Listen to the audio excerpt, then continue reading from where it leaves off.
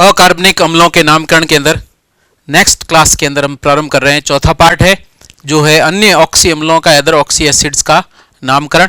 और अन्य ऑक्सी अम्लों के नामकरण को यहाँ पर दो भागों में विभाजित किया गया है, जिसमें नंबर 1 पर है ऑक्सीजन की कमी होती है और लेकिन अगर दिए गए अम्ल के अंदर क्षारकता की भी साथ में कमी हो रही है तो हम नाम लिखने के लिए कौन से अनुलग्न का उपयोग करते हैं। या फिर जो भी ऑक्सी अम्ल दे रखे हैं उन ऑक्सी अम्लों में ऑक्सीजन तो कम हो जाए लेकिन उसके साथ में क्षारकता में किसी तरह का कोई परिवर्तन नहीं हो, तो ऐसे अम्लों का नामकरण हम कैसे करते हैं, ये दो हेडिंग्स में हम इस टॉपिक को कंप्लीट करेंगे। पहला पार्ट इसका है ऑक्सीजन की कमी और क्षारकता में कमी। मीन्स जो भी ऑक्सी अम्ल दिया गया है उसका ऑक्सीजन घट जाए और उसकी क्षारकता भी घटकर कम हो जाए तो हम अनुलग्न के रूप में क्या उपयोग में लेते हैं। तो सबसे पहले तो हम ऑक्सीजन की अगर कमी हो रही है लेकिन साथ में क्षारकता भी घट रही है तो ऐसे अम्लों के नामकरण का मैं एग्जाम्पल लेके पहले प्रदर्शित करूं। H3PO4 दिया गया है, इसमें से मैं एक ऑक्सीजन कम कर देता हूं, बनता है H3PO3, लेकिन इसकी क्षारकता भी एक कम हो जानी चाहिए। पहले वाले की बेसिसिटी कितनी है 3, सेकंड वाले की बेसिसिटी कितनी होनी चाहिए 2। तो हम इसके साथ नामकरण के अंदर जो सफिक्स ऐड करेंगे या बदलेंगे या जो अनुलग्न हम परिवर्तित करेंगे वो बहुत इंपॉर्टेंट है। तो यहां पर हम अनुलग्न के रूप में किसका उपयोग करेंगे, पहले वाले के लिए अनुलग्न जो हमने पहले ले रखा है एज इट इज, आपको जानकारी है इसकी। ये केंद्रीय परमाणु अपने वर्ग की उच्चतम ऑक्सीकरण धनात्मक ऑक्सीकरण अवस्था के अंदर ऑक्सी अम्ल बना रहा है, तो इसके नाम के साथ अनुलग्न इक एसिड लगता है, तो इसका अनुलग्न रहेगा यहाँ पर इक एसिड। अब इक एसिड की जगह मैं आपको पहले भी कह चुका हूँ RIC एसिड भी कई बार अतिरिक्त लगाया जाता है, या नाम में R आ रहा है तो IC लगाया जाता है, कई बार नाम में O नहीं आता है तो ORIC भी लगाते हैं, कुछ जगह ERIC भी आता है, लेकिन IC सभी में कॉमन रूप से आएगा। तो एसिड जो भी बना है उसके नाम के साथ लगाना है इक एसिड। लेकिन यदि उसमें से एक ऑक्सीजन कम हो जाए, क्षारकता भी कम हो जाए या बेसिसिटी भी डिक्रीज हो जाए, तो ऐसी स्थिति के अंदर हम यहाँ पर सफिक्स के रूप में या अनुलग्न के रूप में प्रयुक्त करेंगे ONIC और बाद में लिखा जाएगा एसिड। तो ऐसे अम्लों का नाम IC एसिड जो पहले था उसकी जगह अब हम ऑक्सीजन एक घट गया हो, क्षारकता एक घट गई हो, तो नाम के साथ में हम ओनिक एसिड प्रयुक्त करते हैं। और अगर इसी तरीके से एक और ऑक्सीजन कम हो जाए -O, क्षारकता भी एक कम हो जाए, तो सूत्र बनता है H3PO2। इसकी क्षारकता कितनी है 1, पहले थी 3 से हुई 2 से हुई 1, और ऑक्सीजन भी लगातार कम होता जा रहा है। ऐसी स्थिति में इनके लिए हम अनुलग्न या सफिक्स जो काम में लेंगे वो सफिक्स हो जाएगा इनिक एसिड। ध्यान से रखना, पहले नाम आया था इक एसिड, फिर आया था ONIC या ओनिक एसिड अनुलग्न, और अब आ रहा है INIC या इनिक एसिड। तो यहाँ पर इसी रूप में हम नामकरण करते हैं। और हिंदी माध्यम के छात्र भी ध्यान रखें, यहाँ पे हमने नाम में सिर्फ अंग्रेजी शब्द ही प्रयुक्त करने हैं। हिंदी में कई बार स्पेलिंग मिस्टेक्स के कारण या हम मात्राओं को परिवर्तित करके नाम लिखें तो गलत हो सकता है, लेकिन अंग्रेजी के अनुलग्न के रूप में लिखें तो एग्जैक्ट और सही नाम आता है। तो यहाँ पर यदि हम नाम प्रदर्शित करें तो 3 अनुलग्न कौन कौन से आ गए। पहले आया था IC एसिड, उसमें से एक ऑक्सीजन कम हो गई तो ये आया था ONIC एसिड या ओनिक एसिड, एक और ऑक्सीजन और क्षारकता कम हो गई तो नाम आया इनिक एसिड। तो 3 अनुलग्न आप ध्यान रखेंगे। ऑक्सीजन की कमी के साथ साथ क्षारकता भी घटती जाए तब हम यहाँ पर इक एसिड, ओनिक एसिड और इनिक एसिड या INIC एसिड अनुलग्न प्रयुक्त करते हैं। अब यहाँ पर मैं संरचना बना के बताता हूँ कि इनके नाम को इस रूप में कैसे लिखा जाता है। जैसे मैं पहली बात करता हूँ फास्फोरस की, तो H3PO4 का मैं यदि सूत्र लिखता हूँ तो H3PO4 का सूत्र इस रूप में प्रदर्शित किया जाएगा। देखिए 3 OH इसके साथ में है, क्षारकता कितनी होगी 3 होगी। इसी तरीके से मैं इसमें से एक ऑक्सीजन घटाता हूं और क्षारकता या बेसिसिटी भी कम करता हूं। बेसिसिटी भी कम कर दी जाए, वो भी मैं इकाई कम कर रहा हूं, ये भी एक ऑक्सीजन कम कर रहा हूं। तो ऐसी स्थिति में क्षारकता कम करनी और ऑक्सीजन कम करना, तो आपको कौन सा ओ हटाना पड़ेगा, ये ओ हटाना पड़ेगा। और ऐसी स्थिति में यहां पर संरचना बनेगी P double bond O, OH होगा, OH होगा, यहां पर हो जाएगा H। तीसरे नंबर पे वापस मैं इसमें से ऑक्सीजन कम करता हूं और बेसिसिटी भी एक कम कर देता हूं। तो ऐसी स्थिति में आपको ऑक्सीजन ये वाला हटाना पड़ेगा, संरचना बनेगी P डबल बॉन्ड O, फिर होगा OH, यहाँ पर हो जाएगा H, यहाँ पर भी होगा H। तो आप देखें लगातार ऑक्सीजन कम करते जा रहे हैं, क्षारकता भी कम करते जा रहे हैं। इसकी बेसिसिटी यहाँ पर कितनी है 3, इसकी बेसिसिटी कितनी है 2, क्योंकि OH कितने दे रखे हैं 2, बेसिसिटी कितनी है 1, क्षारकता 1 है क्योंकि OH कितना 1, तो आयनीकरण द्वारा ये 1 प्रोटॉन ही देता है। तो नाम लिखने का तरीका, इसका नाम तो एज इट इज लिखना है, क्या था, फॉस्फोरिक एसिड, एक एसिड के रूप में हम इसका नामकरण करते हैं। लेकिन जैसे ही एक ऑक्सीजन कम हो जाए और क्षारकता भी एक कम हो जाए, तो ऐसी स्थिति में हम सेकंड अनुलग्न लगाते हैं ओनिक एसिड।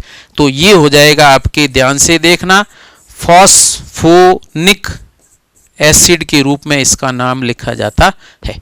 तो यहां पर H3PO3 जिसकी क्षारकता 2 है, इसको हम फॉस्फोनिक एसिड कहते हैं, ONIC एसिड के रूप में लिखा जाता है। फॉस्फोनिक आना चाहिए तभी इसका नाम सही है। लेकिन यदि और हम एक ऑक्सीजन कम और क्षारकता भी एक कम कर दें, बेसिसिटी एक ही बचे, तो प्राप्त होने वाले एसिड के नाम के साथ इनिक लिखेंगे।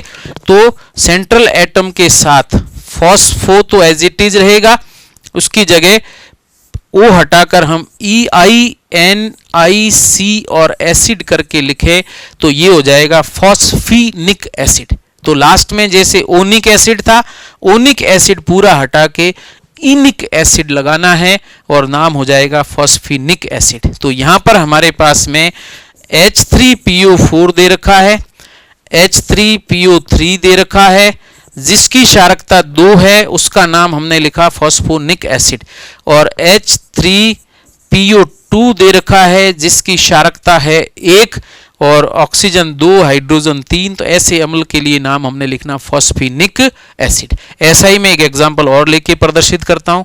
यदि मैं यहां कहूं H3BO3, इसमें से एक ऑक्सीजन कम और एक क्षारकता कम हो जाए, तो ये हो जाएगा आपके H3BO2, और एक ऑक्सीजन कम, क्षारकता एक कम हो जाए, तो ये हो जाएगा H3BO। इसका नाम लिखें तो मैं या तो संरचना के रूप में लिखूं तो B के साथ में कितने OH हो जाएंगे 3। मैं सामान्य संरचना के रूप में लिख रहा हूं, इसके ज्योमेट्री के रूप में नहीं लिख रहा। सेकंड के अंदर मैं लिखूंगा तो B एक जगह आ जाएगा H, बाकी 2 जगह OH। तीसरी संरचना में B के साथ में 2 जगह H होंगे और एक जगह पर OH होगा, और इसका संरचना को हम इसी रूप में प्रदर्शित करते हैं। ऐसी स्थिति में यदि मैं नाम लिखूं तो यहां पर नाम लिखना है आपको एक एसिड के रूप में, तो ये हो जाएगा आपके बोरिक एसिड, अनुलग्न लगाया एक एसिड। यहां पर अगर हम बात करें तो ये हो जाएगा ओनिक एसिड, बोरोनिक एसिड कहेंगे, ओनिक एसिड अनुलग्न प्रयुक्त करेंगे। इसकी तरह यहां पर क्षारकता और घटकर कम हो गई है, तो इसके लिए हम लिखेंगे बोरीनिक एसिड, और ये इसका नामकरण होगा। तो इस तरीके से एक अम्ल में ऑक्सीजन एक कम हो जाए, क्षारकता कम हो जाए, तो ओनिक एसिड अनुलग्न लगाइए। उसमें से भी एक ऑक्सीजन और एक क्षारकता और कम हो जाए तो उसके लिए हम इनिक एसिड लिखते हैं, और इस तरीके से इसका नाम हो जाएगा बोरिक एसिड, बोरोनिक एसिड और बोरीनिक एसिड। इसी तरीके से अगली प्रक्रिया में एग्जाम्पल में लेता हूं। यदि H2SO4 दिया गया हो और यहां पर मैं एक ऑक्सीजन कम करके H2SO3 ले लेता हूं, और यहां पर आपको ध्यान रखना है इसकी बेसिसिटी है 2 और इसकी बेसिसिटी कितनी होगी 1, B = 1। SO3 वो बेसिसिटी होगी 1, तो इसका नामकरण कैसे किया जाता है। तो यहां पर इन दोनों के नाम लिखने के लिए पहले वाले का नाम तो एज इट इज लिखेंगे, सल्फर है, इक एसिड अनुलग्न लगा दीजिए, ये नाम हो जाएगा सल्फ्यूरिक एसिड। तो सेकंड में अगर H3 या H2SO3 है और इसकी अगर मैं संरचना लिखूं तो यहां पर क्षारकता एक ही है, तो H जुड़ेगा SO2 से, इसके आगे जुड़ा हुआ है OH। तो ऐसी स्थिति में इसका यदि मैं नाम लिखता हूं तो इसके नाम के लिए प्रक्रिया क्या आएगी, क्षारकता एक कम हो गई है तो इसको हम लिखेंगे सल्फोनिक एसिड। और ये नाम हम कार्बनिक यौगिकों के अंदर भी यूज करते हैं। अगर यहाँ CH3 होता है तो मेथेन सल्फोनिक एसिड कहा जाता है। बेंजीन वलय होती है, SO3H जुड़ा हुआ होता है, तब हम उसको कहते हैं बेंजीन सल्फोनिक एसिड। तो अनुलग्न क्या यूज किया है, ONiC एसिड के रूप में, और benzene sulphonic acid, methane sulphonic acid, ethane sulphonic acid के रूप में हम इसको प्रदर्शित करते हैं और इसी रूप में इनका नामकरण किया जाता है। एक और संरचना आती है लेकिन उसकी प्रक्रिया मैं अगले एग्जाम्पल में लूंगा। अभी यहाँ पर आपको एक ही नियम याद रखना है, वो ये कि यदि उच्चतम ऑक्सीकरण अवस्था युक्त ऑक्सी अम्ल दिया गया है, पी खंड के तत्वों की बात कर रहे हैं, तो हम उनके अंदर इक एसिड सबसे पहले लगा होगा, उसमें से एक ऑक्सीजन कम और क्षारकता एक कम हो जाए तो हम इसके लिए ओनिक एसिड अनुलग्न लगाएंगे। उसके नीचे एक और ऑक्सीजन कम और एक क्षारकता और घट जाए तो उसके लिए हम यहाँ पर प्रयुक्त करेंगे इनिक एसिड। और यहाँ पर भी हमने यही प्रक्रिया काम में ली है, सल्फ्यूरिक एसिड, और इसको कहेंगे सल्फोनिक एसिड, और यहाँ पर क्षारकता कम करके प्रदर्शित किया गया। अगर सल्फ्यूरस एसिड की बात करें तो वो मैं अभी नेक्स्ट वाले केस के अंदर प्रदर्शित करूंगा। तो पहली प्रक्रिया यहाँ पर कंप्लीट होती है कि यदि दिए गए ऑक्सी अम्ल के अंदर ऑक्सीजन की एक ऑक्सीजन की कमी अर्थात 2 ऑक्सीकरण अवस्थाएं कम हो जाए या 2 ऑक्सीकरण अंक में कमी हो जाए और साथ में क्षारकता एक घट जाए तो नाम किस तरीके से लिखा जाता है। और उसमें हम 3 अनुलग्न इक acid, ओनिक acid, इनिक acid, INiC acid प्रयुक्त करते हैं। इसके अलावा अब मैं सेकंड पार्ट इसका लेके चल रहा हूं।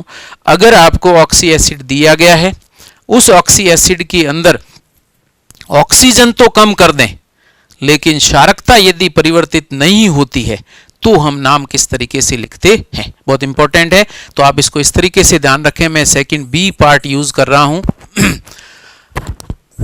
Decrease in number of oxygen atom but no change in basicity. क्षारकता में कोई परिवर्तन नहीं हो लेकिन ऑक्सीजन के अंक में इकाई की कमी हो जाए तो हम क्या तरीका काम में लेंगे। पहले था ऑक्सीजन भी घट रही थी, क्षारकता भी घट रही थी, लेकिन यहां पर क्षारकता नहीं घट रही है, केवल क्या घट रही है, ऑक्सीजन की संख्या में कमी आती है। तो उसके लिए हम यहां पर जो भी अनुलग्न यूज कर रहे हैं, जैसे इक एसिड हमने अनुलग्न लगाया है उसमें से एक ऑक्सीजन कम कर दी जाए, ठीक है, लेकिन ध्यान रखना है नो चेंज इन बेसिसिटी, क्षारकता में किसी तरह का कोई परिवर्तन नहीं हो तो हम ऑक्सीजन कम कर दें तो अनुलग्न के रूप में यहाँ पर अस लिखा जाता है, तो OUS एसिड करके लिखा जाता है। तो सिर्फ इक है, वहां पर हटा करके क्या लिखना है, अस लिखना है। यदि मैं इसकी जगह अनुलग्न के रूप में जैसे पहले हमने लिखा था ONiC एसिड, सेम यही प्रक्रिया हो जाए, ऑक्सीजन कम हो लेकिन क्षारकता नहीं बदले, तो हम यहाँ पर ON तो रहने देंगे, IC की जगह OUS एसिड लिखेंगे तो अनुलग्न हो जाएगा ओनस एसिड। ऐसे ही तीसरे में हमने इनिक एसिड लिखा था। अगर दिए गए एसिड में हम क्षारकता परिवर्तित किए बिना यदि एक ऑक्सीजन घटा दें तो अनुलग्न के रूप में IC हटा करके यहाँ पर भी हम IN तो रखेंगे, इसका IC हटा करके अस एसिड लिखा जाता है। तो ये नामकरण के अंदर तरीका हो जाएगा, एक एसिड है तो अस एसिड में नाम परिवर्तित कर दीजिए। कब करना है, ऑक्सीजन घट जाए, क्षारकता परिवर्तित नहीं हो, नो चेंज इन बेसिसिटी हो तब। सेकंड में ओनिक एसिड है, उसमें से एक ऑक्सीजन कम करें लेकिन क्षारकता नहीं बदले तो हम ओनस एसिड कहेंगे। और यदि इनिक एसिड है, क्षारकता बदले बिना एक ऑक्सीजन घटा दें तो इनस एसिड के रूप में नामकरण करते हैं। और इसके मैं एग्जाम्पल आपको यहीं पर प्रदर्शित करूं। अगर मैं लेता हूं H3PO4 और यहां पर मैं लेता हूं H3PO3, लेकिन इसकी संरचना क्या होगी वो जरूर ध्यान रखना है।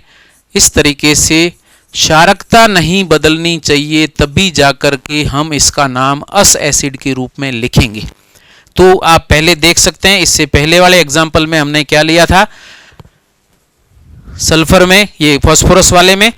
यहां पर आइए एग्जाम्पल आप देख लीजिए, ऑक्सीजन हमने कम की थी, सूत्र वही है H3PO3, लेकिन क्षारकता 2 है तो नाम आया था फॉस्फोनिक एसिड।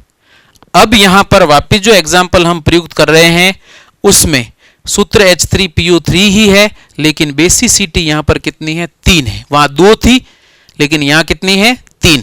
तो ऐसी स्थिति में हम इसका नाम कैसे लिखेंगे, अस एसिड के रूप में लिखेंगे। नहीं तो क्या लिखा जाता था, ओनिक एसिड लिखे। यहां से यहां जा रहे हैं तो यहां से यहां जाने पर ऑक्सीजन तो कम होता ही है, साथ में क्या कम हो रहा है, क्षारकता भी कम हो रही है। तो इनिक इक ओनिक इनिक हो जाएगा। लेकिन अगर इधर चल रहे हैं, क्षारकता परिवर्तित नहीं हो रही है, ऑक्सीजन कम होती जा रही है, तो ऐसी स्थिति में हम नाम के साथ आईसी एसिड हटा करके अस एसिड लिख देंगे, अर्थात आईसी की जगह अस OUS अनुलग्न लगाया जाता है।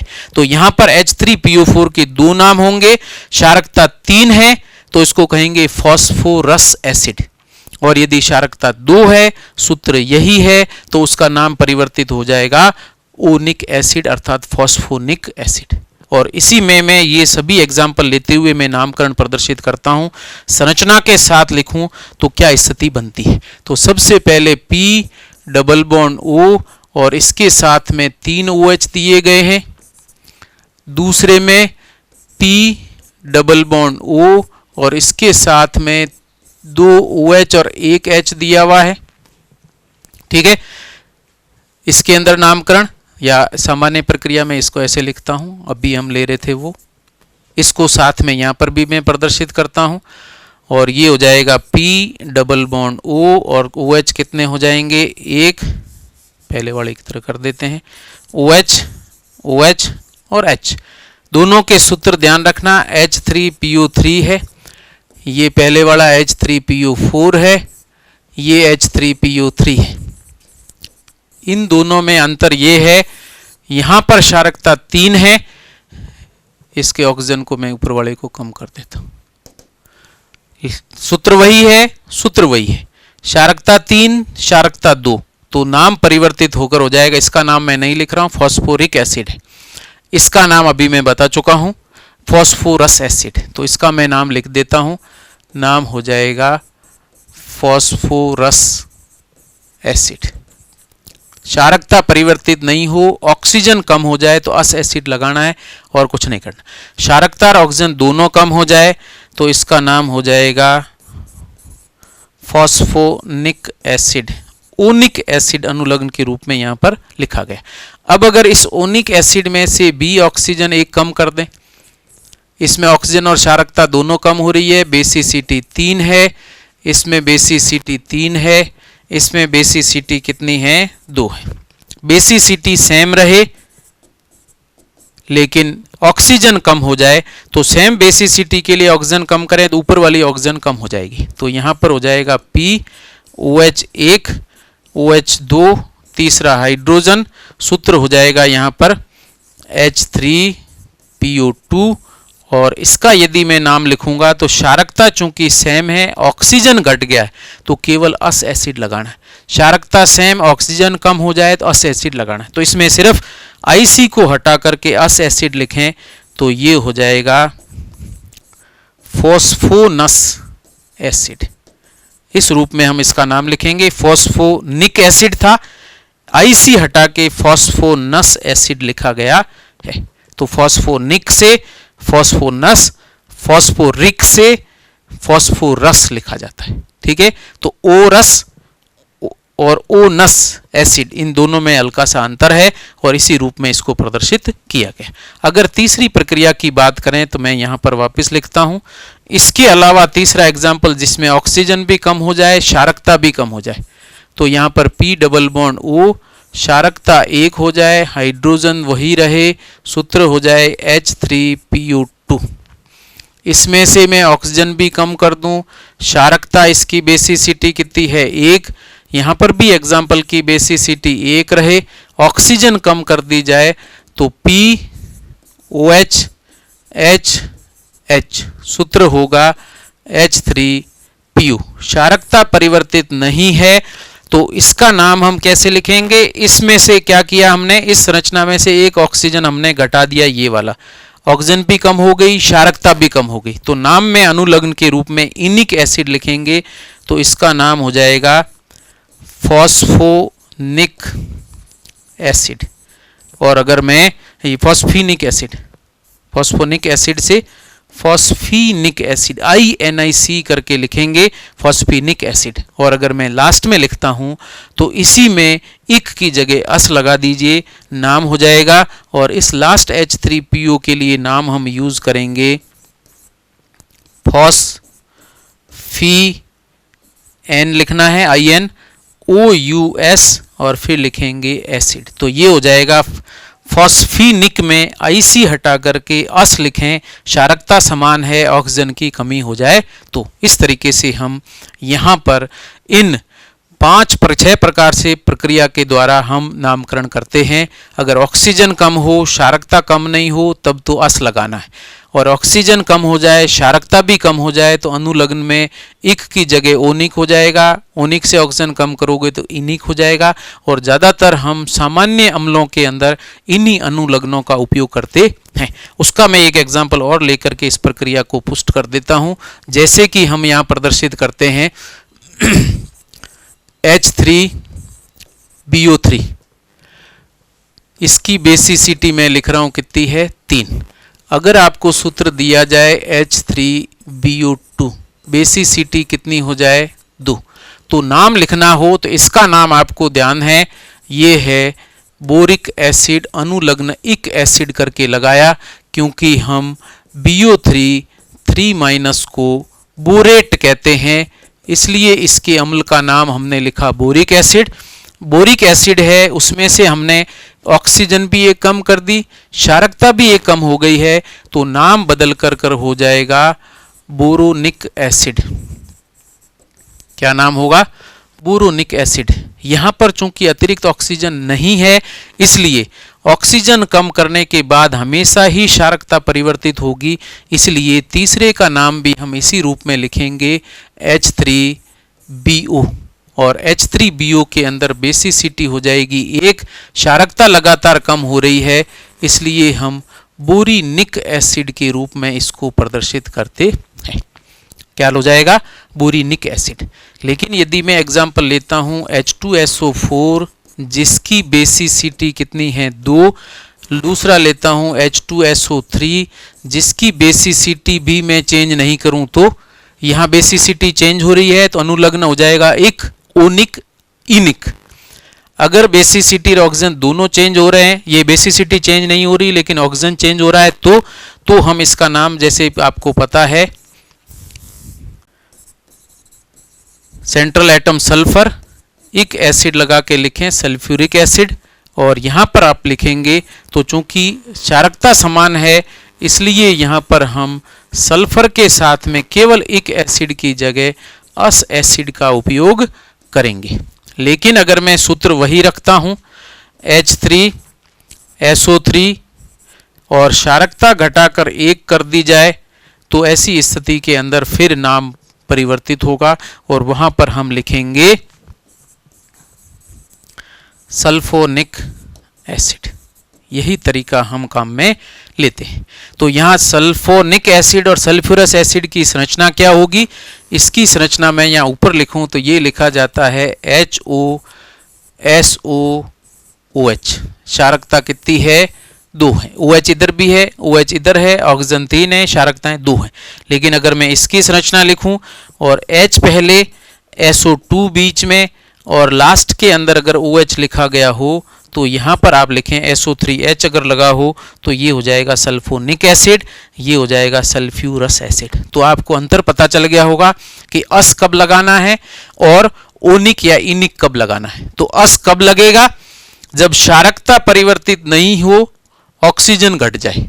और ओनिक कब लगाना है या इनिक कब लगाना है? ऑक्सीजन कम हो, साथ साथ में क्षारकता के अंदर भी क्या हो जाए? कमी हो जाए। तो यहां से यहां जा रहे हैं, ऑक्सीजन और क्षारकता दोनों घट रही है, तो आपको अनुलग्न के रूप में ओनिक एसिड लगाना है। ये सल्फोनिक एसिड को प्रदर्शित करता है। ऐसे ही एक एग्जाम्पल और मैं लेकर इसको पुष्ट कर देता हूं, क्या स्थिति रहती है। अगर मैं बात करता हूं, यहां पर प्रक्रिया है इस तरह की, आर्सेनिक के रूप में लेता हूं H3AsO4, ऑक्सीजन कम करें H3AsO3, ऑक्सीजन यहां पर सेम रहने दें और ये हो जाए H3AsO3। ठीक है, नाम से सेम रहेगा या ऑक्सीकरण अवस्था दोनों की सेम है, लेकिन इसमें क्षारकता में परिवर्तन होगा। इसी तरीके से वापस मैं यहाँ पर ऑक्सीजन एक कम कर देता हूँ, यहाँ क्षारकता बदलती है, ऑक्सीजन कम कर दिया जाए, सूत्र हो जाएगा H3AsO2। और दूसरे में वापस सूत्र में लेता हूँ H3AsO2, इसमें से एक ऑक्सीजन और कम कर दी जाए H3AsO। क्या प्रक्रिया चल रही है? ऊपर से नीचे जाने पर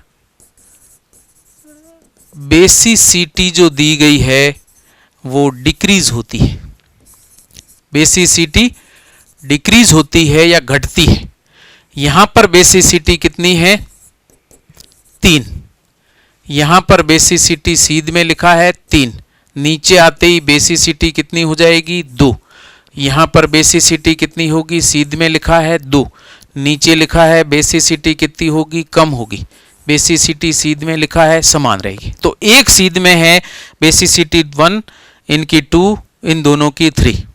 ठीक है, अब अगर मैं ऊपर से नीचे जाऊंगा तो यहां पर इन दोनों में बेसिसिटी में परिवर्तन हो रहा है, ऑक्सीजन की संख्या नहीं बदल रही है। ठीक है, इसके पहले जो मैंने एग्जाम्पल लिखे थे वो इस ये से चले थे, यहां से यहां ऑक्सीजन कम, बेसिसिटी भी कम, यहां से यहां ऑक्सीजन भी कम, बेसिसिटी भी कम।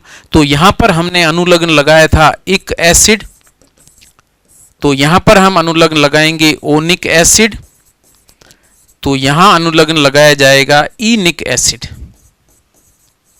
ठीक है, और उसके बाद अगर हम बात करते हैं, बाएं से चलते हैं, ऑक्सीजन कम हो जाए लेकिन क्षारकता में कोई परिवर्तन नहीं हो, बेसिसिटी सेम रहे, तो आपको यहां पर जो नाम लिखा था उसमें इक की जगह अस लगाना है, तो ये हो जाएगा अस एसिड। इसी तरीके से इसका नाम मैं लिखूंगा तो ये हो जाएगा ओनस एसिड। ओनस एसिड क्यों? क्योंकि यहां पर इसका नाम है ओनिक एसिड, इक हटा के अस लगाया तो ओनस एसिड हो जाएगा। इसका नाम भी मैं इसी रूप में लिखूं, इनिक एसिड है, क्षारकता समान है, ऑक्सीजन कम है, तो इक की जगह अस लगाएंगे तो ये हो जाएगा इनस एसिड, और इसी रूप में हम इनका नामकरण करते हैं। तो आपके अनुलग्न मैंने बता दिए हैं, अब मैं इसका नाम लिखता हूं। तो पहले एग्जाम्पल का नाम हो जाएगा आर्सेनिक एसिड। पूरा नाम मैं लिख रहा हूं यहां पे, आर्सेनिक एसिड। वैसे इसकी जगह IUPAC ने यहाँ पर नाम आर्सेनिक की जगह आर्सोनिक एसिड भी लिखा है, आर्सोरिक एसिड, आर्सोरिक एसिड। यहाँ बता ध्यान रखना, ओरिक या रिक का मैंने कहा भी था, तो या तो लिखा जाएगा आर्सेनिक एसिड या इसकी जगह आर्सोरिक एसिड, RIC करके लिखा है, लेकिन दोनों में इक एसिड लिखा हुआ रहता है। यहाँ पर ओनिक नहीं लिखना है, एनिक हो सकता है। ओनिक चूंकि यहाँ लगा रखा है इसलिए इनके नाम में ओनिक नहीं आएगा। तो यहाँ पर यदि मैं नाम लिखता हूँ तो ये हो जाएगा आर्सोनिक एसिड। यहाँ पर यदि मैं नाम लिखता हूँ तो आर्सेनिक एसिड लिखा जाएगा, और बाकी वालों का नाम मैं लिखूं तो इसमें से केवल अस लगा दें, तो आर्सेनिक की जगह आर्सेनस एसिड या आर्सोरस एसिड लिखा जाता है। इससे इधर चलें तो यहाँ पर आर्सोनिक है तो आर्सोनस एसिड हो जाएगा। यहाँ पर है आर्सीनिक तो ये हो जाएगा आर्सीनस एसिड। और इसी रूप में हम वर्ग 15 के अंदर फास्फोरस, आर्सेनिक, एंटीमनी के अम्लों के नामकरण करते हैं। अगर मैं इसकी जगह एंटीमनी यूज करूंगा तो सामान्यतः हम इन दो के लिए तो एंटीमोनस और एंटीमोनिक शब्द काम में लेंगे, जिनका प्रतीक होता है Sb, और चूंकि इसका नाम लैटिन नाम है STBM, तो हम इसका EM हटा करके बाकी वाले अम्लों का नामकरण, इन दो को छोड़ करके 1 2 3 4 अम्ल हैं, वहां पर स्टिब लेकर के अनुलग्न लगाकर नाम लिखेंगे। तो यहां पर अगर मैं Sb कर देता हूं तो इसका नाम हो जाएगा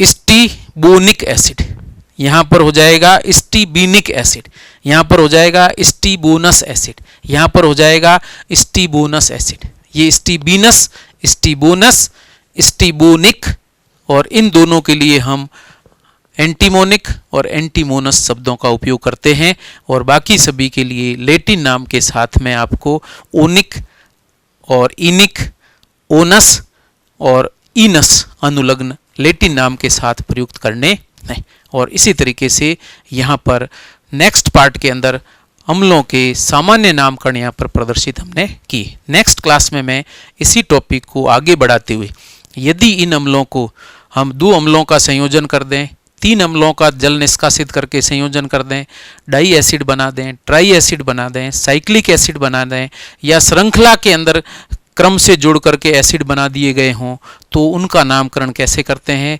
या परऑक्सी समूह लगा हुआ है तो परऑक्सी अम्ल जो बनते हैं उनका नामकरण कैसे किया जाता है, या मेटा पूर्व लग्न कब काम में लिया जाता है, या कैटिना पूर्व लग्न हम कब काम में लेते हैं, या इसके अलावा भी हम हाइपो का उपयोग करते हैं, वो कहाँ काम में लिया जाता है। इन सभी प्रक्रियाओं को हम नेक्स्ट क्लास के अंदर लेके प्रारंभ करेंगे। Thank you so much.